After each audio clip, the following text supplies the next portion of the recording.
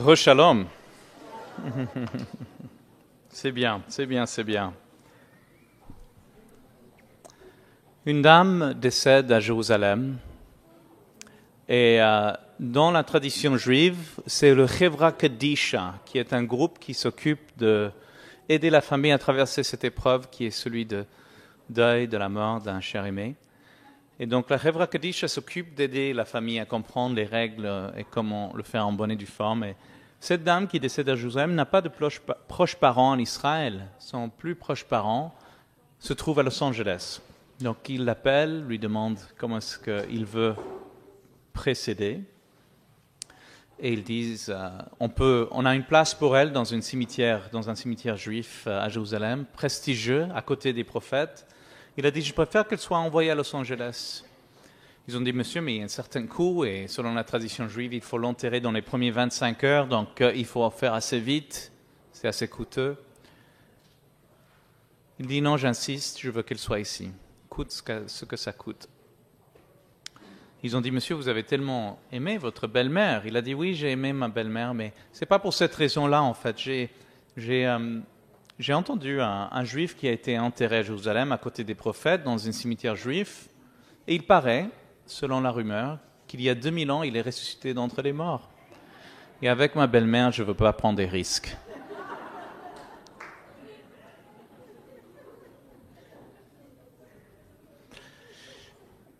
Ça va, on est ensemble? Ça va, vous m'écoutez? C'est bien.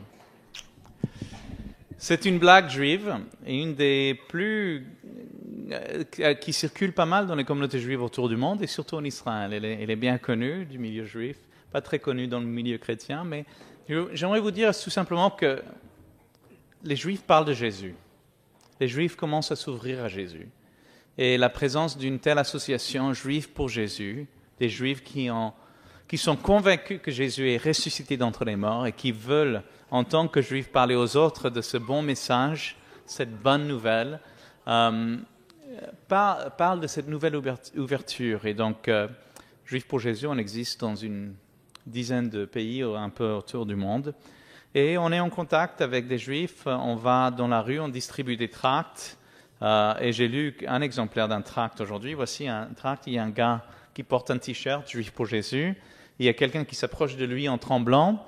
Et le gars qui porte, le missionnaire qui porte le t-shirt Juif pour Jésus dit « Bonjour, je suis, entre guillemets, l'horrible personne à laquelle votre rabbin ne veut surtout pas que vous parliez. » Alors, si vous lisez à l'intérieur, vous pouvez lire « Vous devriez peut-être vous poser la question, qu'est-ce qui compte le plus, l'opinion de notre peuple ou l'opinion du Dieu d'Israël ?» Et c'est souvent la confrontation pour beaucoup de Juifs qui commencent à considérer Jésus pour la première fois, c'est qu'est-ce que pensera ma famille? Comment va réagir ma famille? Est-ce qu'ils penseraient que je trahirais mes ancêtres? Donc la question de l'identité juive est extrêmement sensible lorsque une personne juive commence à considérer Jésus. J'étais au bureau de Juifs pour Jésus qui se trouve vers la gare de Lyon, dans le 12e arrondissement. Et une dame est rentrée au bureau. Je me souviens d'elle parce qu'elle avait un look totalement séfarade et elle avait un œil en verre. En fait. Donc je me suis souvenu d'elle, je croyais qu'elle s'appelait Jacqueline ou quelque chose comme ça. Et elle s'était intéressée, elle a vu l'enseigne Juifs pour Jésus et elle a dit « mais c'est quoi ?» Et je lui ai expliqué « nous sommes des Juifs qui croyons que Jésus est le Messie ». Et c'est intéressant, et je lui ai invité à s'asseoir, on a lu la Bible ensemble, on a lu en particulier le chapitre 53 du prophète Ésaïe. Et quand on a fini de lire, elle a dit, mais c'est Jésus dans ce passage, pourquoi est-ce que personne ne m'a jamais dit? On a commencé à discuter, et quand elle nous a quittés, je lui ai dit, laisse-moi tes coordonnées, et peut-être qu'on pourra continuer d'étudier et voir si cette foi en Jésus peut aller plus loin dans ton cœur. Elle a dit, j'aimerais bien, mais je ne peux pas parce que ma famille est très pratiquante. Et si seulement ils savaient que j'étais rentré dans ce bureau, on a tellement entendu parler de vous, que vous êtes des apôtres, des apostats. Et j'étais un peu triste, mais j'ai prié pour elle, elle est partie. Quelque temps après cela, mon beau-frère, qui est plutôt traditionnaliste, le frère de mon épouse, était de visite en France d'Israël. Il a voulu rassembler un petit peu la famille, les cousins éloignés. Il a téléphoné à une cousine qu'il n'avait pas vue depuis des années. Il a dit, Nicole, ça serait bien si on pouvait se manger ensemble. Elle a dit, oui, viens à ma boutique dans le 12e, c'est vers la gare de Lyon. Il a dit, donne-moi ton adresse, et elle a répondu, 11 rue Crozatier. Alors, pour ceux qui connaissent l'association, vous savez que le siège se trouve 11 rue Crozatier. Il a dit, mais Nicole, est-ce que tu es sûre que c'est ton adresse? Elle a dit, bien sûr, je connais où se trouve ma boutique, c'est là où je travaille. Elle a dit, non, c'est juste que mon beau-frère travaille là-bas. Elle a dit, ah bon, mais qu'est-ce qu'il fait ton beau-frère? Et là, il a hésité, tu vois, parce qu'il n'est pas totalement dans la foi en Jésus. Il a dit, eh bien, il est le directeur de Juifs pour Jésus. Elle a dit, eh bien, c'est mes voisins. Et j'ai hésité d'y entrer, de frapper à leur porte, parce que toute la famille disait, ce sont des apostats, des traîtres, etc. Mais aujourd'hui même, je vais aller là-bas. Donc, elle a frappé ce jour-là, et il se trouve que j'étais au bureau, et elle s'est présentée, on a papoté un petit peu, on s'est assis pour lire la Bible ensemble, notamment le 53e chapitre du prophète Ésaïe. Elle a dit, mais ça c'est impressionnant, c'est Jésus, personne ne m'a jamais parlé de ça. Et il faut que tu viennes à la maison ce vendredi pour le Shabbat, et tu vas raconter ça à toute la famille. Donc je me suis assis avec eux, et c'était un vendredi soir, et je suis allé avec ma femme et mes enfants. Et on a passé toute la nuit à discuter de Jésus. Et au milieu de la soirée, elle a dit, Josué, viens dans la cuisine, j'aimerais te présenter ma sœur qui ne peut pas rester trop longtemps. Et quand je vais dans la cuisine, c'était cette dame avec l'œil en verre qui était rentrée auparavant, qui n'osait pas laisser ses coordonnées. Là, le poids de la famille est très important. Alors, c'est pour ça que je suis reconnaissant de ceux qui ont laissé leurs coordonnées, parce que vous voulez prier pour nous. Et si vous ne l'avez pas encore fait, vous pouvez le faire, mais Juifs pour Jésus a besoin de vos prières pour pouvoir continuer notre travail d'évangélisation au sein du peuple juif. Nous sommes engagés dans ce champ missionnaire, mais notre engagement et notre ministère est aussi puissant que l'est votre soutien et votre travail de prière pour nous et pour mon peuple. Et voilà, donc je vous invite à venir à la table, prendre des lettres de nouvelles. On a fait une campagne merveilleuse. On a passé une semaine à Paris entre les fêtes de Rosh Hashanah et Yom Kippour. Dans la tradition juive, les Juifs pensent que entre le jour de Rosh Hashanah, qui est la fête des trompettes, et Yom Kippour, le jour des expiations, d'ailleurs sujet que j'ai prêché il y a 1 an quand je suis venu ici, on croit que le livre dont le ciel est ouvert, il y a le livre des gens le livre de la vie, dans lequel tout le monde veut être. Il y a le livre des gens méchants, où personne ne veut être. Il y a le livre des gens normaux, où vous et moi nous sommes. Et donc, pendant ces 10 jours qui séparent Rosh Hashanah, le jour de l'an, ou la fête des trompettes, et Yom Kippour, le jour des expiations, les Juifs croient que ces livres sont ouverts au ciel. Donc on essaie de faire des œuvres caritatives, de prier, de s'approcher des uns et des autres pour pouvoir être dignes d'être inscrits dans le livre de vie. Et donc on se souhaite les uns les autres bonne année et que ton nom soit inscrit dans le livre de vie. C'est un souhait. Alors j'étais dans les rues de Paris pendant cette campagne et l'un de mes collègues était rapproché par quelqu'un de religieux qui a dit « Qu'est-ce que vous avez dans le christianisme que vous n'aviez pas auparavant dans le judaïsme ?» Il a répondu « L'assurance de la vie éternelle. » En Christ, nous avons l'assurance que nos péchés sont pardonnés. Dès qu'on met notre foi, dès qu'on reçoit cette bonne nouvelle dans cet événement qui est arrivé il y a 2000 ans, où le Messie d'Israël, le Fils de Dieu, a donné sa vie pour nos péchés, et si on croit à ce message, nos péchés sont pardonnés, passé, présent, futur, pour tous les temps, une fois pour toutes. Et donc, on a fait cette campagne pendant ces jours de pénitence entre ces 2 fêtes, et on a distribué 20 000 tracts, et une 60aine de contacts, des gens qui voulaient savoir plus sur Juifs pour Jésus, sur Jésus en particulier. Et donc voilà, les conversations et un petit peu un rapport de cette campagne qui est sur la table que vous pouvez prendre. Et je vous rappelle seulement le livre qui parle des prophéties messianiques, Yeshua, ce Juif que l'on appelle Jésus, et le CD de musique, qui est la louange juive avec les paroles de l'Évangile et les témoignages. Un DVD magnifique, magnifique. Pour ce DVD, je dois juste insister un petit peu parce que on était dans les rues quand une dame s'est approchée de nous. Elle nous a dit « Vous êtes des traîtres. Vous finissez le travail que Hitler a commencé. Hitler a tué le corps juif, vous tuez l'âme juive. » Et on était un peu choqués par ces propos, mais elle a soulevé son bras et nous a montré le chiffre tatoué sur son bras. C'était une survivante d'Auschwitz. Elle a perdu toute sa famille, elle a survécu en tant que gamine dans un camp de concentration. Elle s'appelait Ruth. Quelques semaines après cette rencontre, elle vient à notre étude biblique un vendredi soir. Et on lui a dit, mais je croyais que on croyait que vous étiez plutôt contre. Elle a dit, oui, mais j'ai l'esprit ouvert. Elle l'a eu, effectivement. Quelques mois après, elle a donné sa vie à Jésus. Et c'est elle qui nous a accompagnés par la suite dans des rues. Et un jeune juif religieux s'est approché de nous en disant, vous êtes des traîtres, vous êtes fous. Est-ce que votre mère sait ce que vous faites? Et elle était là, Ruth. Elle a dit, jeune homme, il lui a montré son chiffre. Il a dit, j'ai vécu le pire cauchemar, mais Jésus a transformé mes larmes en joie. Et je sais qu'il est le Messie. Et il a regardé, il s'est gratté la tête. Il était un peu sans trop quoi dire. Et il est parti. Et son témoignage, le témoignage de Ruth est sur cette vidéo. Vraiment magnifique, puissant témoignage. Voilà. Alors ce matin, très tôt, pour ce qui était matinal, vers Gaieté, Pernetti, on a regardé Romains chapitre 1. L'évangile est aux Juifs premièrement. Cet après-midi, on a regardé Romains chapitre 11.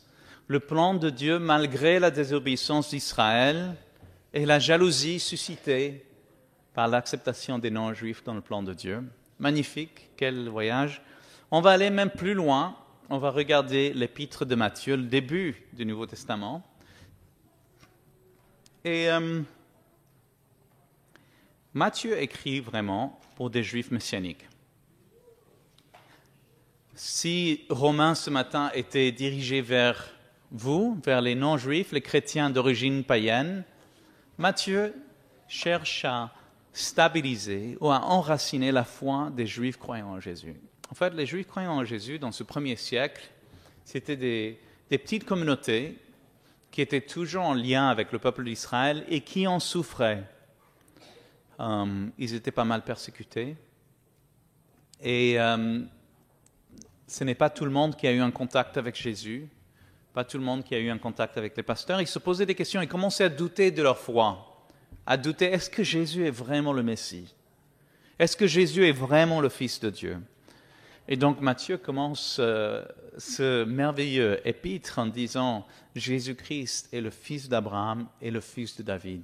Fils d'Abraham, premier qualificatif d'être le Messie, c'est qu'il était juif. Fils de David, deuxième qualificatif, qu'il soit de la lignée de David. En hébreu, quand on dit Ben David, quand on dit fils de David, ça veut dire simplement Messie. Et après, il dit que les lettres, si vous lisez un peu l'hébreu, David, c'est 3 lettres. Dalet, Vav et Dalet. David. Si vous faites le calcul de ces lettres, c'est très simple, ça fait le chiffre 14. Alors vous savez que le chiffre 7, c'est le numéro de perfection. Alors, qu'est-ce que c'est que le chiffre 14 alors? C'est 2 fois la perfection. On ne peut pas améliorer la perfection. Il est en train de dire que Jésus n'est pas seulement le Messie d'Israël selon nos concepts, il est le Messie d'Israël et le Fils de Dieu. Il est 2 fois plus grand que David. Il est 2 fois plus grand qu'Abraham. Et vient toute la généalogie prestigieuse où se trouvent les plus grands héros de la foi dans la généalogie de Jésus.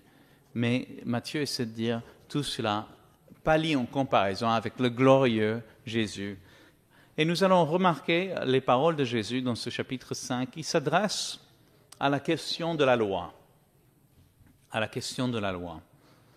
Et donc on va regarder Matthieu 5, verset 17. Et on va lire juste quelques versets, pas beaucoup de versets. Matthieu chapitre 5, verset 17. Ne pensez pas que je sois venu pour abolir la loi ou les prophètes. Je ne suis pas venu pour abolir, mais pour accomplir. Amen. Je vous le dis, en effet, jusqu'à ce que le ciel et la terre passent, pas un seul iota ou un seul trait de lettre de la loi ne passera jusqu'à ce que tout soit arrivé. Celui donc qui violera l'un de ces plus petits commandements et qui enseignera aux gens à faire de même sera appelé le plus petit dans le royaume des cieux. Mais celui qui les mettra en pratique et les enseignera, celui-là sera appelé grand dans le royaume des cieux. Car je vous le dis, si votre justice ne surpasse pas celle des scribes et des pharisiens, vous n'entrerez jamais dans le royaume des cieux. Vous avez entendu qu'il a été dit aux anciens, tu ne commettras pas de meurtre. Celui qui commet un meurtre sera passible du jugement. Mais moi, je vous dis, quiconque se met en colère contre son frère sera passible du jugement. Celui qui traitera son frère de raca sera passible du Sanhédrin. Celui qui le traitera de fou sera passible de la géhenne de feu. Si donc tu vas présenter ton offrande sur l'autel et que là tu te souviennes que ton frère a quelque chose contre toi, laisse ton offrande là devant l'autel et va d'abord te réconcilier avec ton frère. Puis viens présenter ton offrande. Arrange-toi vite avec ton adversaire pendant que tu es encore en chemin avec lui, de peur que l'adversaire ne te livre au juge, le juge au garde, et que tu ne sois mis en prison. Amen, je te le dis, tu ne sortiras pas de là avant d'avoir payé jusqu'au dernier quadrant. Vous avez entendu qu'il a été dit, tu ne commettras pas d'adultère, mais moi je vous le dis, quiconque regarde une femme de façon à la désirer a déjà commis l'adultère avec elle dans son cœur. Si ton œil droit doit causer ta chute, arrache-le et jette-le loin de toi, car il est avantageux pour toi de perdre seulement une partie de ton corps et que celui-ci ne soit pas jeté tout entier dans la géhenne.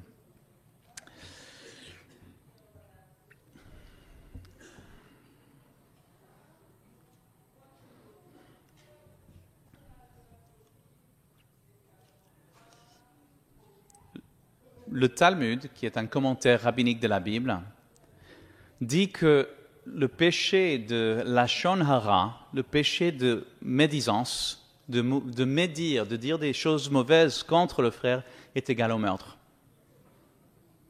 La raison qu'il dit, c'est parce que le meurtre est quelque chose qui ne peut pas être défait.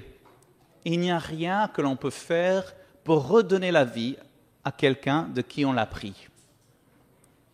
Et ils disent de la même manière, quand on parle mal de quelqu'un, on ne peut pas défaire les conséquences de cet acte, de cette parole.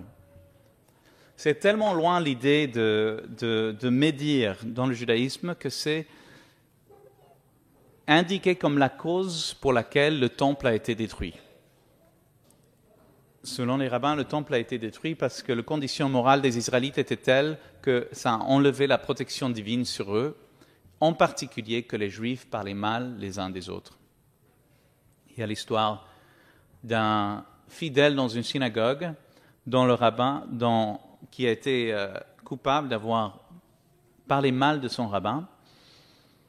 Et ce fidèle a voulu se réconcilier avec son rabbin. Donc il est allé voir le rabbin, il lui a dit « Qu'est-ce que je dois faire pour guérir cette situation, réconcilier ?» Le rabbin lui a dit « Prends un oreiller, déchire-la dans le vent, prends un couteau et enlève toutes les plumes et laisse toutes les plumes s'en aller. » Et il l'a fait, il est revenu voir le rabbin et le rabbin lui a dit « Maintenant, va ramasser chaque plume, qu'aucune ne soit pas perdue. » Et le fidèle a dit « Mais monsieur le rabbin, c'est impossible. » Il a dit de la même manière, c'est impossible de défaire les tâches que tu as faites sur ma réputation. Ici vient la parole de Jésus. Je ne sais pas si vous avez remarqué, mais dans ce passage, il y a un mot qui n'est pas du français dans le passage. Et ce mot, c'est raka. Alors peut-être que vous vous dites, mais qu'est-ce qui s'est passé? Peut-être que le traducteur avait trop travaillé ce jour-là, et était trop fatigué, il ne voulait pas faire son bout de devoir. En fait, raka veut dire tout simplement rien. Raka veut dire rien. Quelqu'un qui est sans valeur, quelqu'un qui n'a pas d'importance. Alors, c'est la chose qui, Jésus dit, est digne de la condamnation dans la géhenne. Alors, raka est utilisé très très peu dans les écritures rabbiniques. Une fois, c'est utilisé pour décrire les foules qui périssent dans le déluge de Noé. Une voix qui les appelle raka, des foules sans valeur qui perdent. Mais Jésus dit que si on utilise ce mot pour décrire quelqu'un d'autre, c'est le pire des péchés. Jésus est en train de dire que chacun de ses disciples doit voir chaque rencontre avec une autre personne comme une rencontre d'une inestimable valeur. D'une inestimable valeur. Pas seulement les gens qui nous font du bien, mais chaque rencontre dans nos vies. Bien sûr, on ne va pas être tenté d'appeler Raka nos amis ou ceux qui nous font du bien. Bien sûr, il parle de ceux qui nous font du mal. Jésus est en train de dire trois choses dans ce passage. Il est en train de nous dire comment rentrer au royaume des cieux. Il est en train de nous dire comment rentrer au royaume des cieux. Il nous dit, deuxièmement, nous ne pouvons pas le faire. Et troisièmement, il dit, moi je le ferai pour vous. Ça, c'est les trois choses que Jésus est en train de dire. Que pour rentrer dans le royaume des cieux, il faut que notre justice surpasse celle des pharisiens.